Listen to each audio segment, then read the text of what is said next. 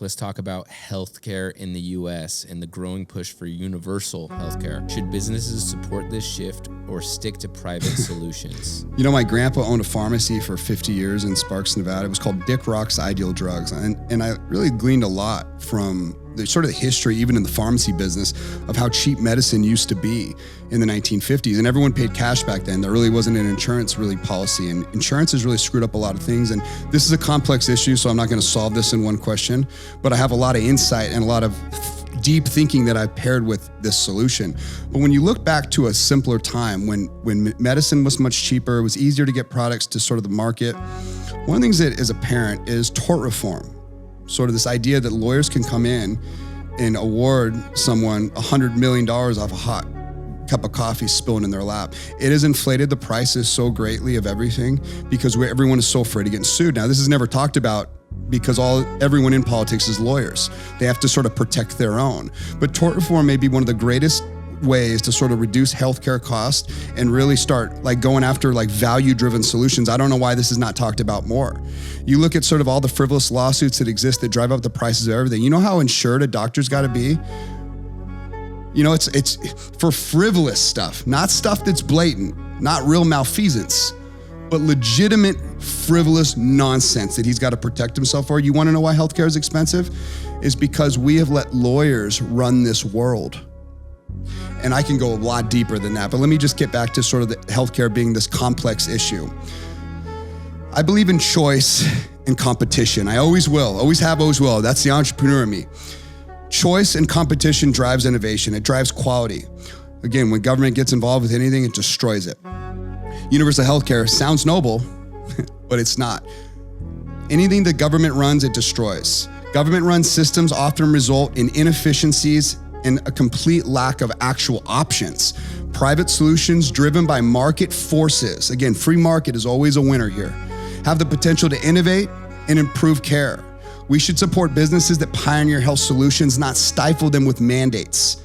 Again, there's a fine line between malfeasance and malpractice and legitimate like crimes versus all the frivolous sort of nature that inflates the cost. And all this is job security for a lot of people.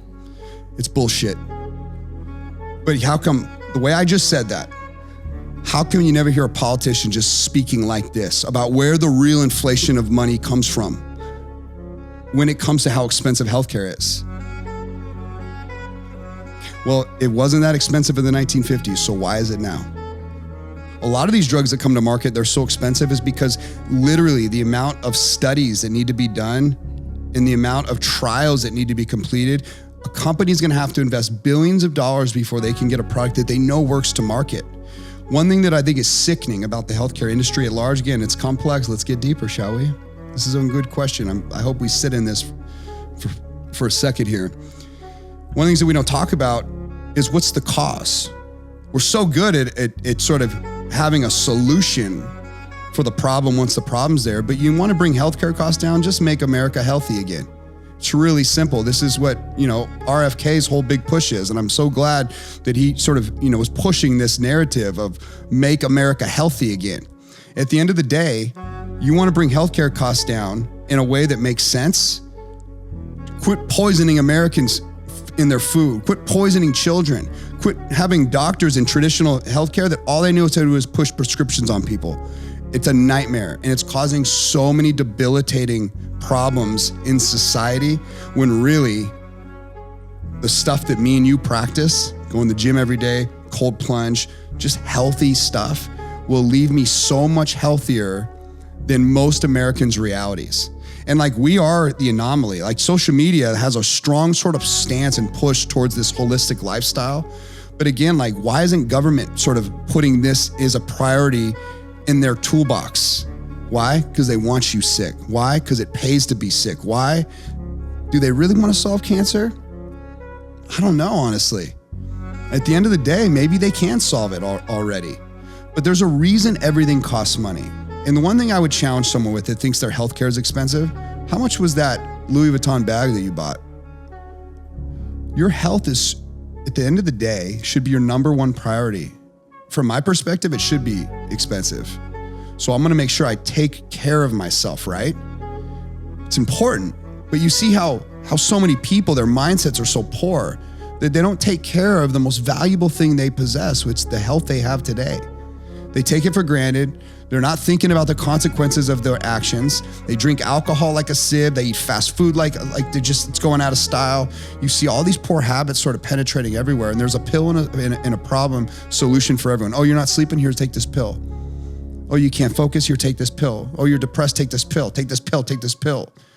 Meanwhile, the costs are slowly inflated as we get America addicted on all this stuff. The food is addicting. Children are addicted to food. There's chemicals in the food. Like, that's not food. Strawberries, they don't look like that when I grow them in my garden. Why do they look like that in the grocery store? They're big and they're red and they're huge.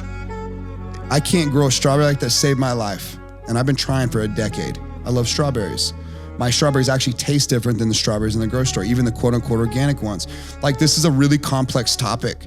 But number one, we're getting sicker and sicker and sicker as healthcare costs keep getting higher and higher and higher. And people are maybe even living longer historically, but they're living longer sicker. It's like, man, I don't think this is a healthy solution at all. There's a lot of practical things that you could chop into this equation that ultimately will lower healthcare costs for the people that need it most. And it will keep people off healthcare if they follow some of the simple principles that should be talked about in politics. On that debate stage the other night, there's 10,000 topics that I would have brought up. They didn't even bring it up one time. Some of the most important things people could be talking about today. How to win, how to make money, how to grow. Instead, they just blame everyone, point fingers at each other. It's so pathetic. No one has any solutions. They speak in platitudes and none of it really makes sense. At the end of the day, like, when it comes to Trump, I'll just say it right here on this podcast. This is a guy that just runs business. He figures it out. He gets shit done. He's got a bottom line to keep. He's not a lifelong politician who just sucks money out of taxpayers. I just know with a guy like that, he sees a problem, he'll figure out how to fix it. This is a delegator. This is the guy that puts a person around and he holds you accountable. At the end of the day, like, that's how you have to run a business, or you go bankrupt. And in fact, many cases, you still go bankrupt. And that's what you learn from it. That's what makes you resilient. That's what makes you not touch that hot oven ever again. This type of sort of running of our healthcare system, of government in and of itself, will be an absolute game changer for the bottom line in everybody's life, including this country.